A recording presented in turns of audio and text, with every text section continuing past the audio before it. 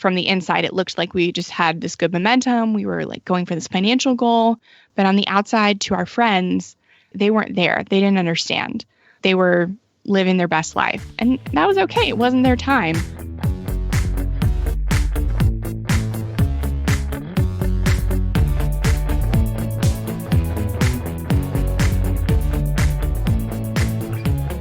Welcome to The Fi Show, where you get a behind-the-scenes look into financial independence. Here's your host, Cody and Justin. Hello and welcome back to another episode of The Fi Show, but I cannot be doing this thing by myself, so let's check in with the co-host, Justin. What's up, man?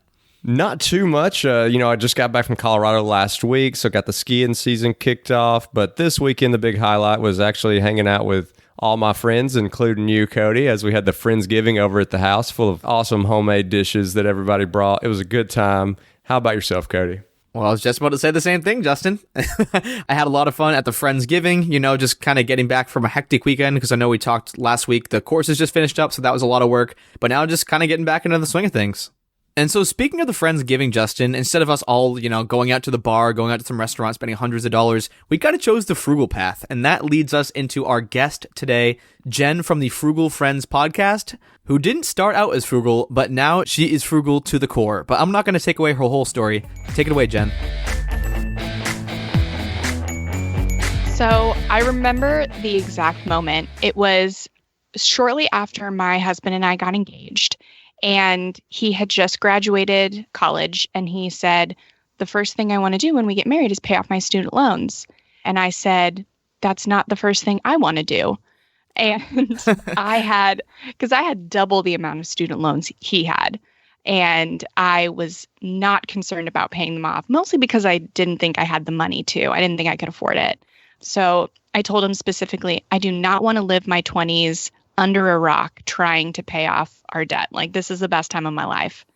And he proceeded to tell me all of the things we could do if we were debt free. And instead of telling me why, like financially, we should be caring about our finances, he challenged me to think of all the things that I wanted to do and how much easier and more flexible they could be if we were financially stable.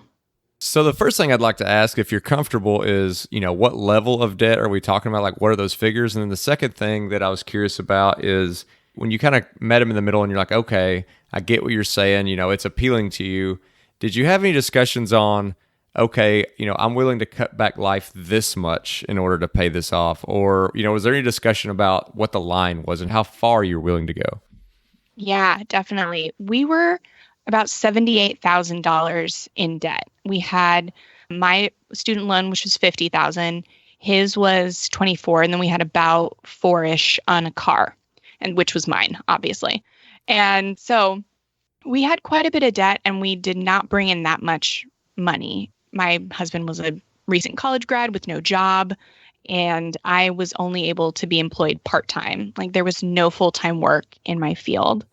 And so since I had more time, decided that I would side hustle my way out of debt instead of cutting down on my spending, because I wanted to live life. I didn't want to, like I put it, live under a rock. But yeah, I didn't want to deprive myself, and I just didn't get it. So I tried that for a few months, just all kinds of side hustles.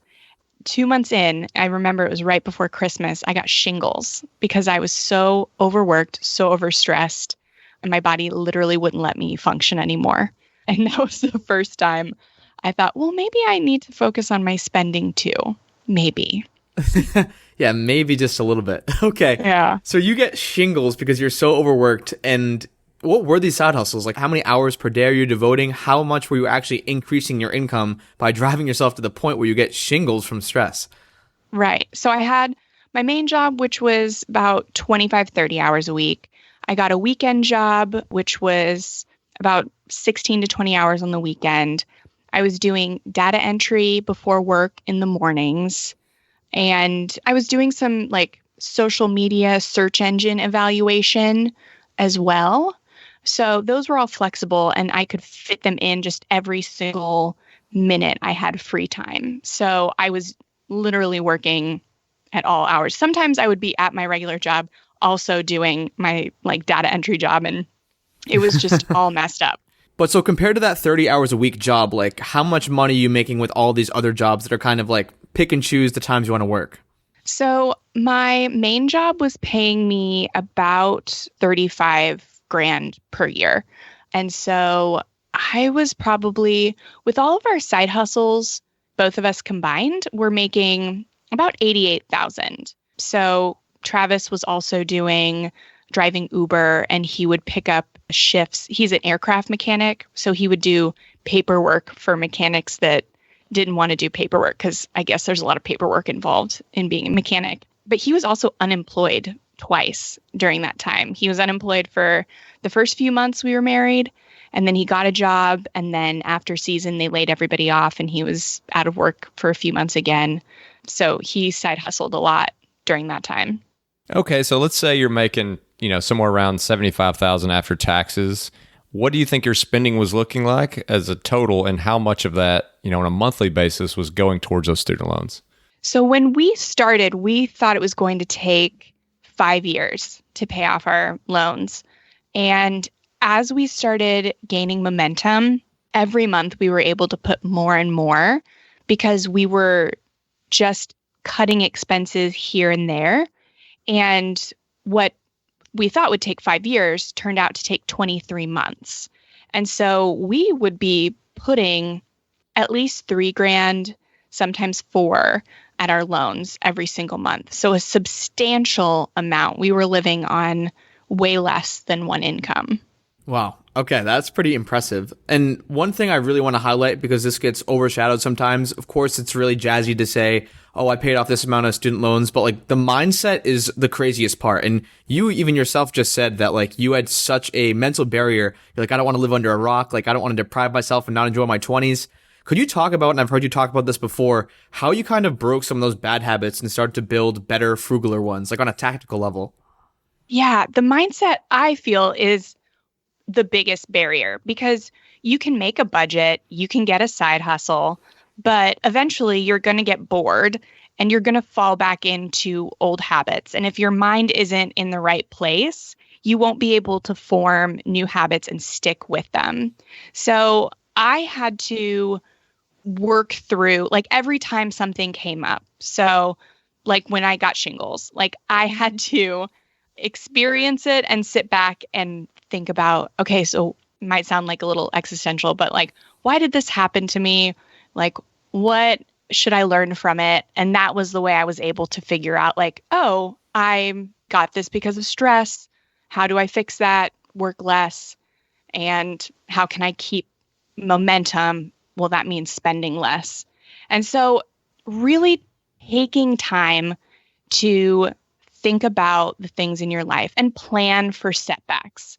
That was another big thing. The shingles was a huge setback for me, because I was like out of work for a whole week doing nothing. And for somebody that likes to go, like even now, I don't work like a million hours a week, but I just had a baby 5 months ago.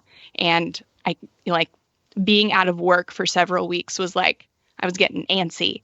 So for someone that likes to go, like sitting down and being still was super, super hard. So yeah, kind of just like meditating and self-reflecting was a big foundational aspect of that.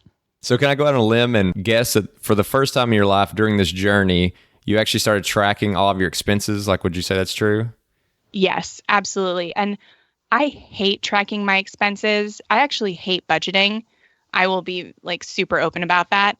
I have never been able to stick to a budget, like an every dollar type budget, in my whole life, even the 23 months we were paying off debt. But yeah, I did have to manually track my transactions. And for someone that hates doing that, the way I was able to do it was actually with a method called habit stacking. Have you guys heard of it?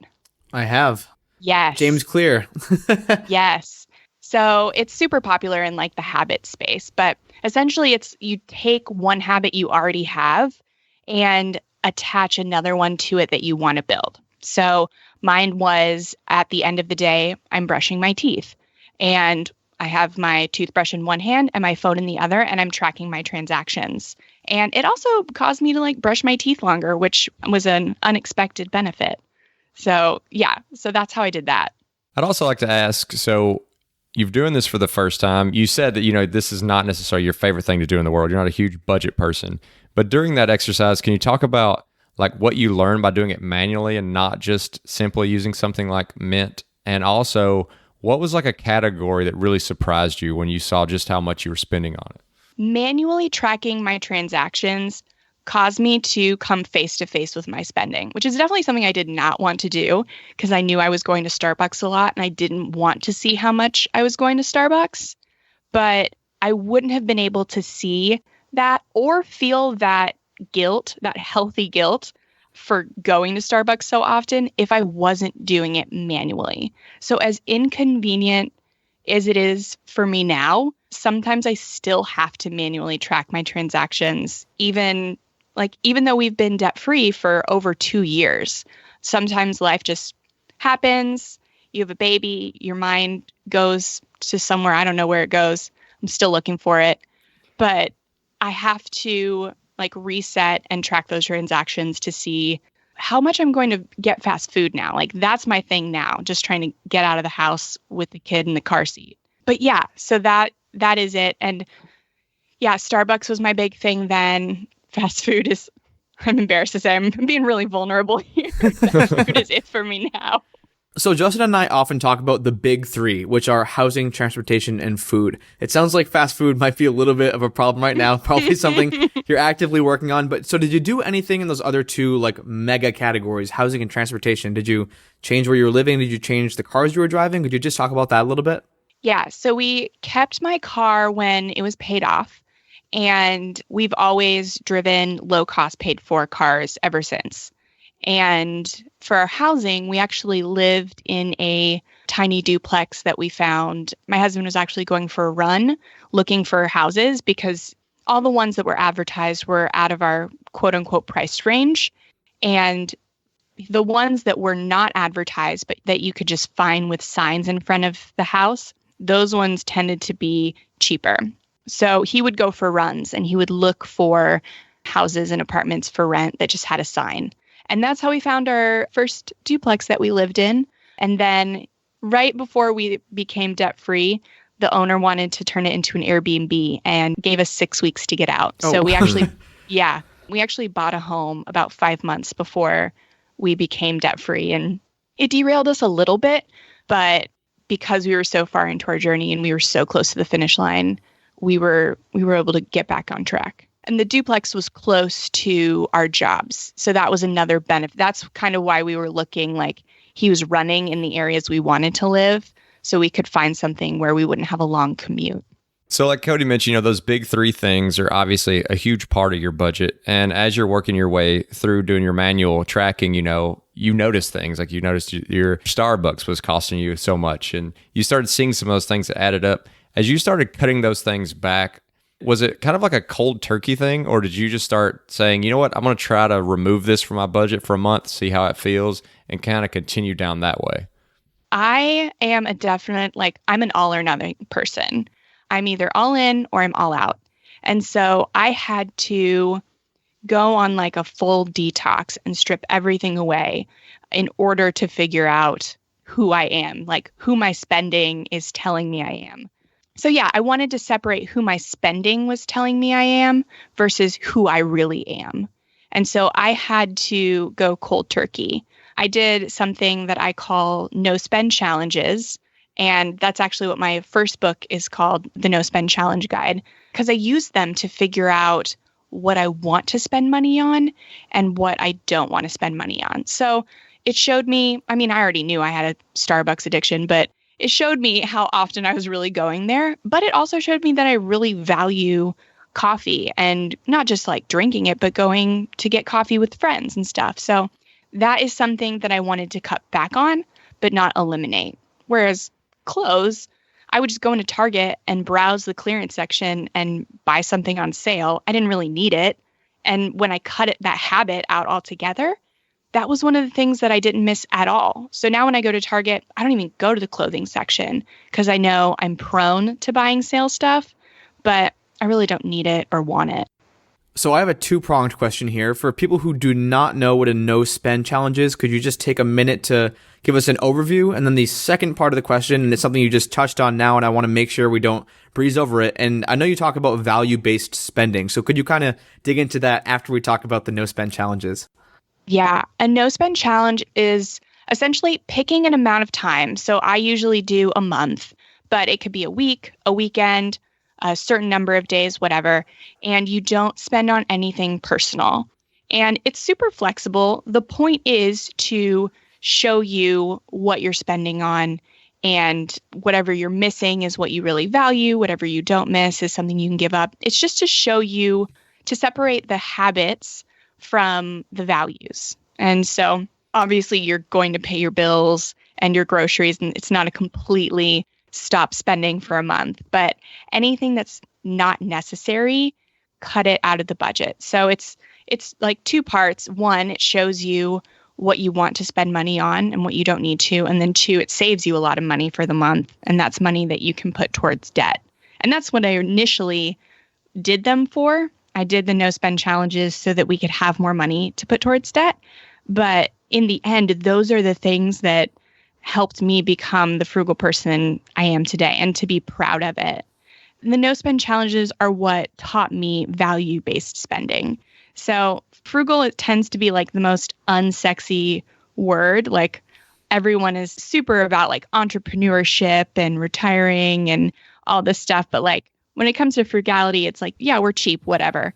But I love frugality because it allows you to really know yourself. If you are only spending money on the things you truly love and you're indulging in those things, then you're practicing self-care and you're spending time with your family and you're spending your time in all of the places that you want to, because you're not spending your money in places that you feel obligated to, or you're just doing out of habit.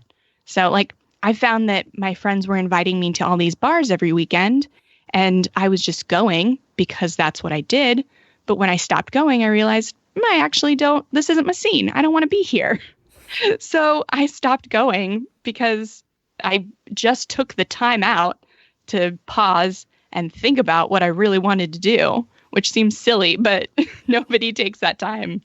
I think it's a great segue into the topic of, minimalism, because it got popular outside of the financial independence kind of space through, a documentary on Netflix, maybe a book. But sometimes people don't always associate that with finances. Like, can you talk about how, maybe it's been like a freeing experience to actually cut things? It's not that it's hampered you, it's actually made things better. Right. So often frugality is associated with getting the best deal or saving $1 or $2 on something. But I love minimalism because you can save all the money if you don't buy the things. And when you have a home that is only full of things that you use and not things that you just want to use or think you will use or whatever, like when your home is only filled with useful things or things that you love, then you don't feel the need to buy more things to quote unquote complete the look or to do something else like exciting. I don't know. I have an Instant Pot and I was able to get rid of like my slow cooker and do all these other things now because I have this all-in-one thing. And so I don't feel the need to like buy all of the other things that it does down the line just because I get inspired to. I don't need to do that. And so we just touched on 2 of your 4 pillars of frugality, I believe, the value-based spending and the minimalism. Could you talk about the other 2, environmentalism and simplicity? Yeah. So environmentalism, because we are super advocates for thinking secondhand first. And you can save all the money you want on like cheap plastic stuff and cheap clothes. But in the end, it's horrible for the environment, and you save so much more by purchasing gently used things.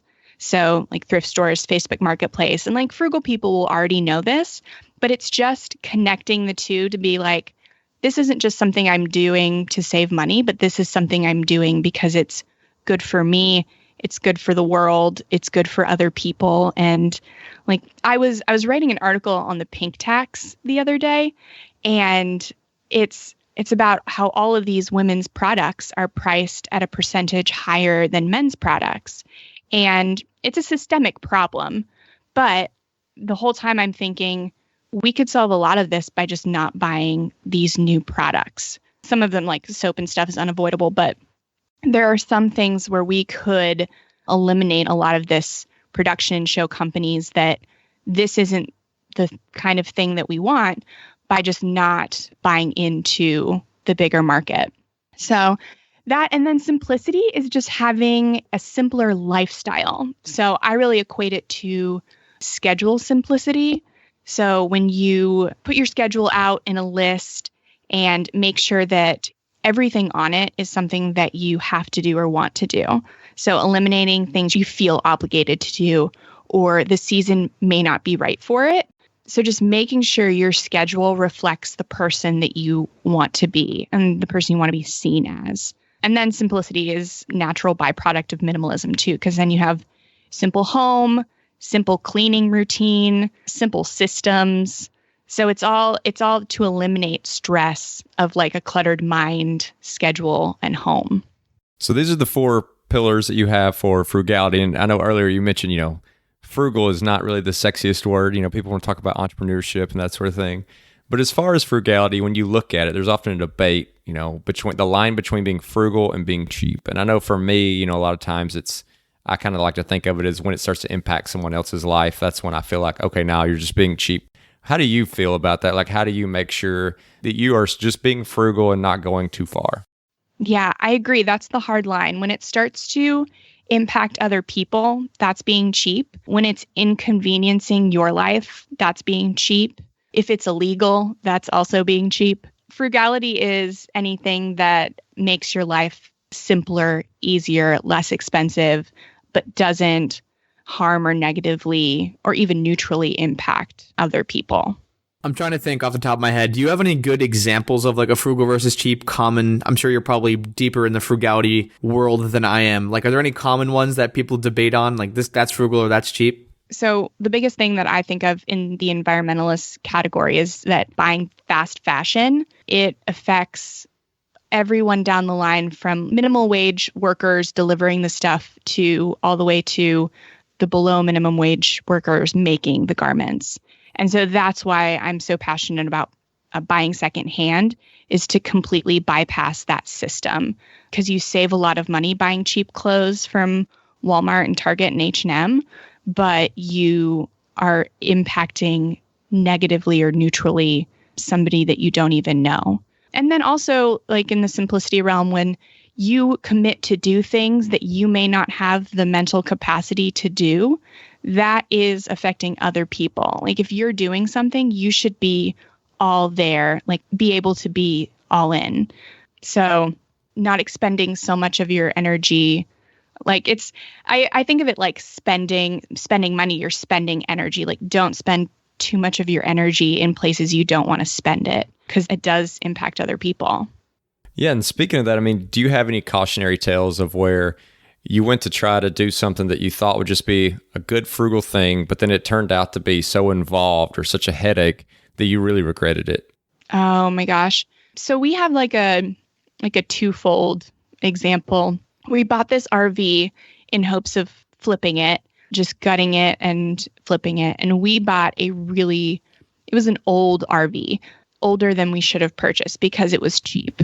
And we had to put a lot more money into it than we anticipated. It took a lot more time. It sold for a lot less. And if we had just spent some extra money up front on a newer RV that needed less work, we could have done the same thing and expended less time, less money, less energy, and probably made the same or more profit. That's the most recent one for us. I can 100% relate to that. I bought a bike when I lived in Australia for 5 months. I bought a bike off the equivalent of Craigslist for $25 and it didn't shift. The brakes didn't work. And I was like, I should have just like spent $25 more to get one that worked.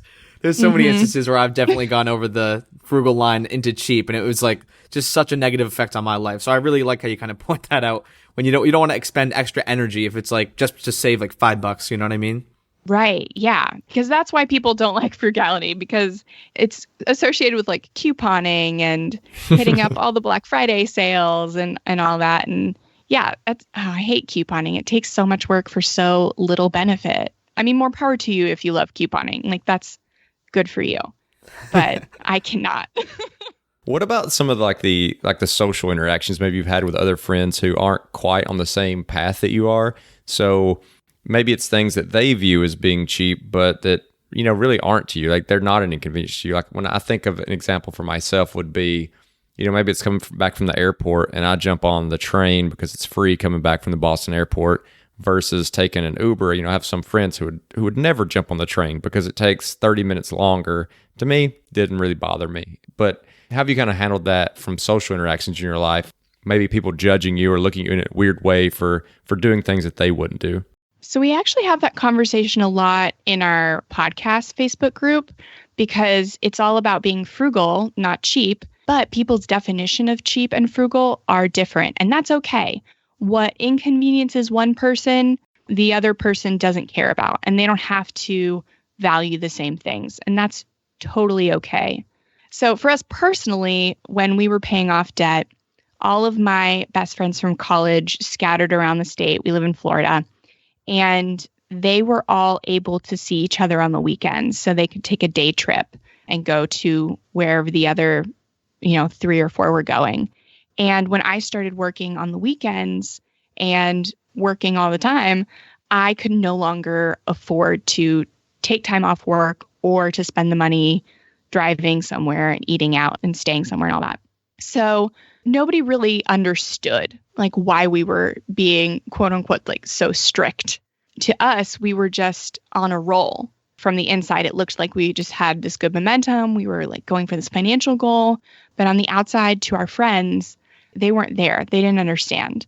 They were living their best life. And that was okay. It wasn't their time. Now I can go see them whenever I want. And they are not going places because they are now paying off their debt and they have kids. And so it's a cautionary tale. On one side, like, don't let it get you down if other people don't understand what you're doing. Like, if it works for you and you're happy, maintain the momentum. But also, don't have your head so far in the sand that you can't like look up and enjoy the season that you're all in. Because you're all going to get to the place where you're focusing on your finances at different times. So sometimes if your friends aren't where you're at and you really value them, you take a weekend off and you spend the money to go see them and hang out with them, because you don't get that time back. But you just really have to balance how often you do that. Yeah, that was going to be my next question, actually, as you were talking about that. Because at the beginning of the podcast, you really stressed how, like, young Jen, you did not want to, quote unquote, live under a rock and not do any of these fun things. I mean, how much, like, were you literally not going out at all hanging with your friends? Or is it, like you just said, where you're just like, it was more sprinkling it in instead of going out to the bars every single weekend or going out to some new city in Florida every single weekend? So it actually caused me to make new friends. So having relationships and being in community is number one priority for me. My love language is quality time. I need people. So if I couldn't be going on these road trips or going out to bars with certain friends, then I made new friends that I could do free things with. And so all that looked like was posting on Facebook, hey, we're going to this beach bar for free shots. Anybody want to come? And that is the story word for word how I met my Frugal Friends co-host, Jill. Yeah, her husband posted it on Facebook. Hey, anybody want to hang out? They were in town. And I responded like, yeah, we're going to this beach bar for free shots. The rest is history. Or any free events that were in town or having people over to our house, anything free. I would just post on Facebook and see if anybody wanted to come, because the people that said yes, those were my new people. There are relationships I could have missed out on if I wasn't trying to save money. Like, I would have not gotten close to these people that are still in my life and I still love. I cut down on a few relationships during the time, but I gained a few really special relationships. So you've been on this frugal journey for a while. Just curious if you could give us some kind of data points of what your spending looks like now, and going along with that same theme as well, how much of that is being spent on experiences and travel. So instead of budgeting, we kind of do this, what I call like a simple spending system. And I think it's what a lot of people do. They just don't put a name on it, but we essentially pay all of our bills and then put towards our savings. And then whatever's left, we just spend however we want. So we had a pretty bad month last month with eating out. We spent, I want to say like $300 between us, which for some people, they'll be like, whatever, that's nothing. And others will be like, whoa, you're not frugal. But the month got away from us. And like, I have a 5-month-old and cooking is hard. We just have spent so much time weeding out the things that we don't care about that we're pretty confident in what we buy now. Like whatever we buy, we're not embarrassed or ashamed of.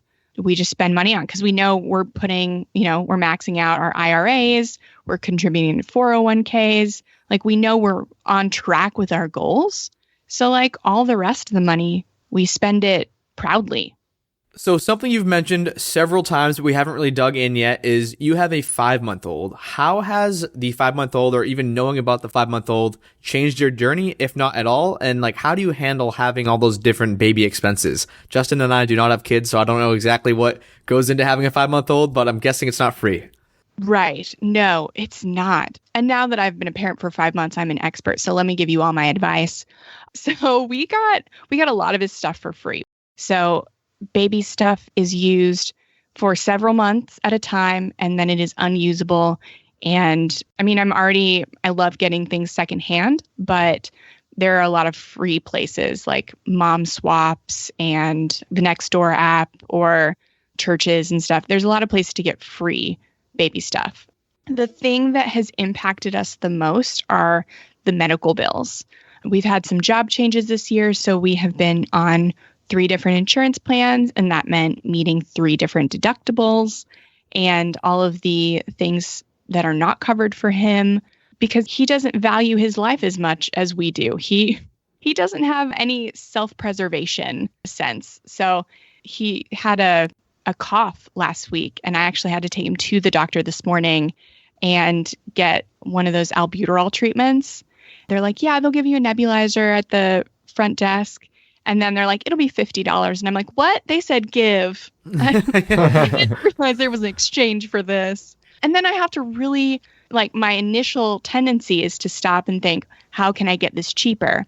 But my baby needs an albuterol treatment in 4 hours, and I can't find one that quickly. Like, maybe somebody can, but like, I am not that skilled. So I had to shell out the $50 and then the $12 for the albuterol.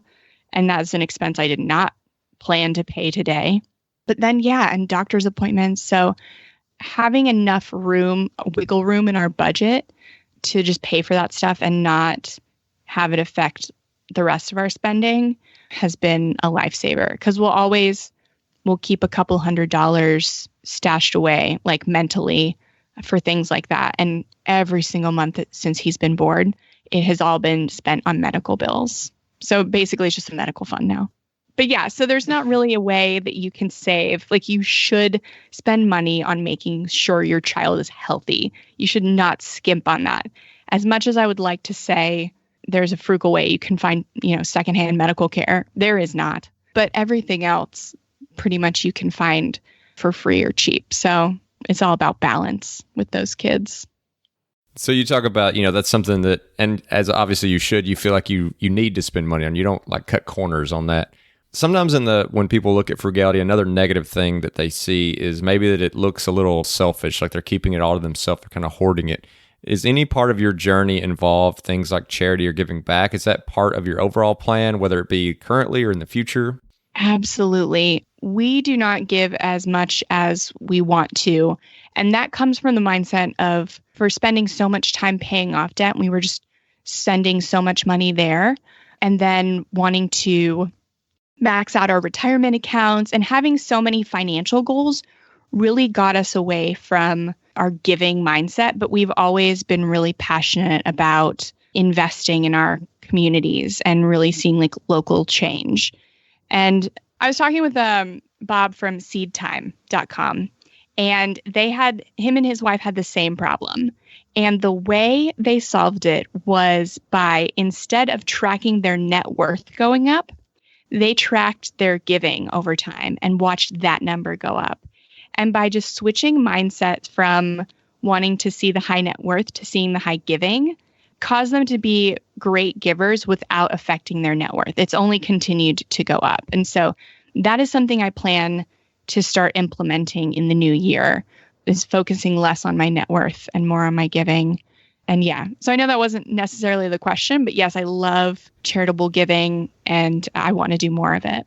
So Jen, I mean, we've spanned the gamut. We've covered pretty much everything to do with frugality and mindset and all these awesome things. I know you have your new book coming out, Pay Off Your Debt for Good. Is there anything further that we didn't talk about in this conversation today that you do cover in the book? So I cover all of these topics like more in depth, and it's probably less about frugality and more about the mindset and maintaining momentum and focus and motivation, because paying off debt is a multiple year journey for most people.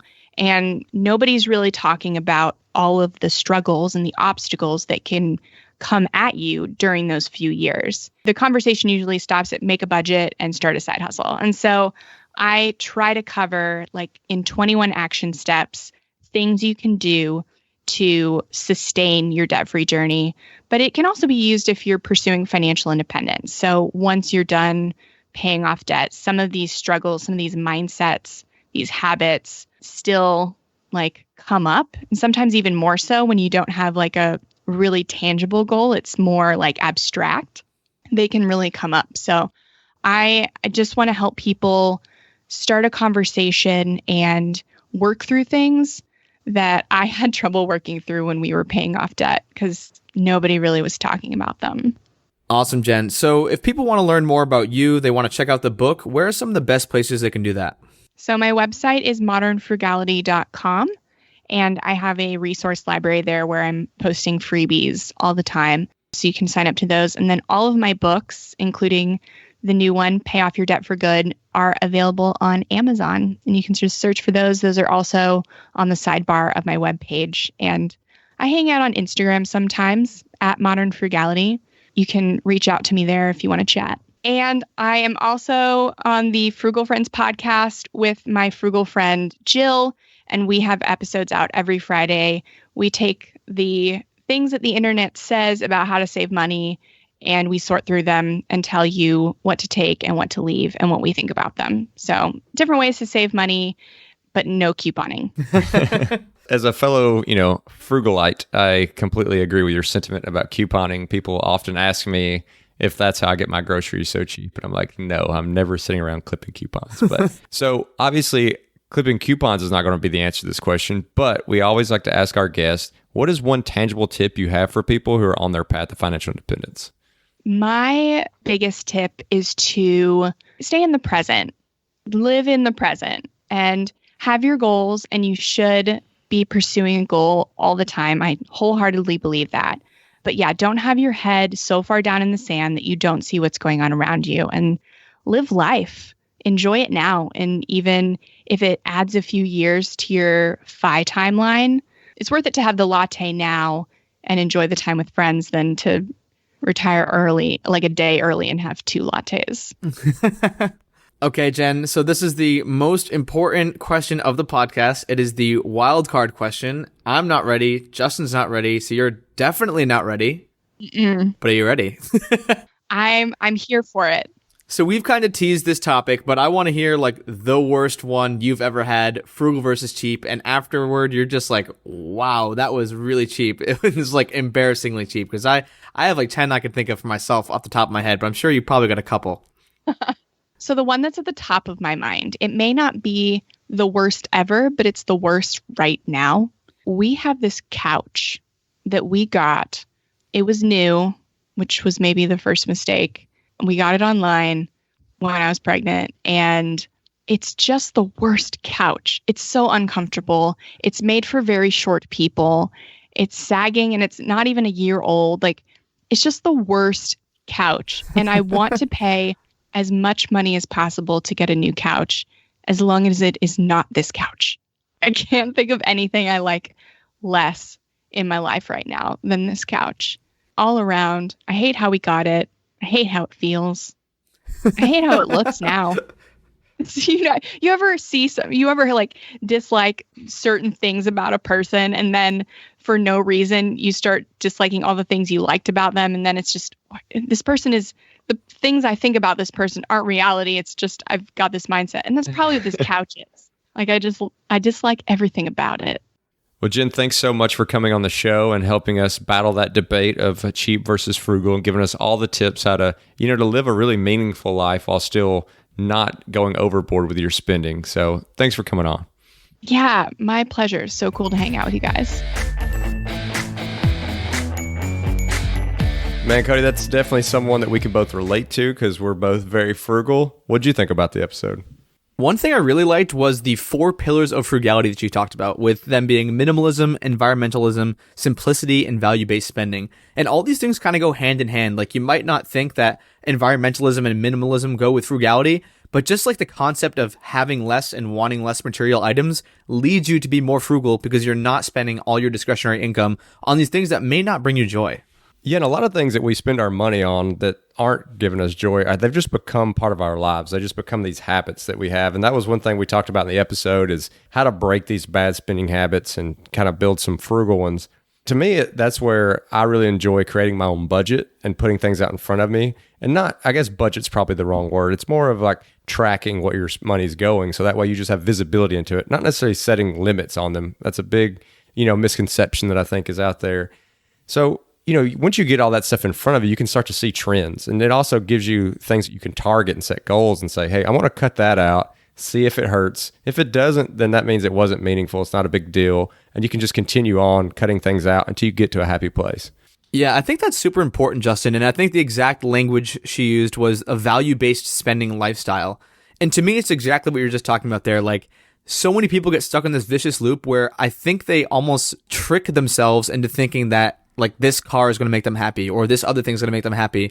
When in reality, the things that might make them happy are, hanging out with friends, going back to this Friendsgiving we were just talking about, Justin, or it might be getting outside. It might be doing these things that aren't directly tied to money. Now, don't get me wrong. There are definitely things tied to money that are fun, but just understand and know the consequences of spending money on these fun things. Of course, you could go out and spend $200 on dinner every night, and that might have a ton of value to you. But if that's making you live paycheck to paycheck, that's definitely not a good way to live. So there is a healthy balance. There is a happy medium, and that seems to be where Jen is with her lifestyle. Yeah, definitely agree that there's a happy medium to be had there. I think anyone who kind of knows me on a personal level knows that I travel constantly. I mentioned at the beginning of the episode, just got back from Colorado skiing. I've been to so many concerts this year, been to Mexico, been down to Texas several times to visit folks, like just been all over constantly on the road. But yet, I save now over 80% of my income, and I have a good income, but I'd spend way, way below, the average that you would get if you're just kind of Googling, what does a person who lives in Boston spend? What does housing cost? What is the total cost of living? Like, I'm nowhere near those numbers. So that's one thing that definitely I would like to highlight is, it doesn't have to be, this deprivation. It can still be a really fun life, and they're not mutually exclusive. You can have a really low spending and a really awesome life. But Justin, I just want to spend all my money on... Whoa. What is it, Cody? It's the call to action, man. And so this week's call to action kind of is in line with the value-based spending that Jen talked about. And so our challenge to you this week is to just look at your budget, look at the things you're spending money on, and identify 3 things that you can cut out, for months, years, hopefully to come, that you're not going to miss, that you could say, you know what, this does not bring me that much joy for the amount of money I'm spending on it, and cut those 3 things out of your budget. And if you get a chance to do this week's call to action, you're sitting down, you're picking out those 3 things, you kind of want to reference back to this episode in any way, you can do so at thefishow.com/Jen. That's JEN, thefishow.com/Jen. And as always, we would encourage you to come over and be a part of this awesome community that we've started via our Facebook group page at thefishow.com/community. And as always, thanks for listening. And if you get a chance to leave one of those 5-star reviews on iTunes or wherever you listen to podcasts, that's super helpful for us to find more great guests and just keep this thing rolling. see you on next week's episode of The Fi Show.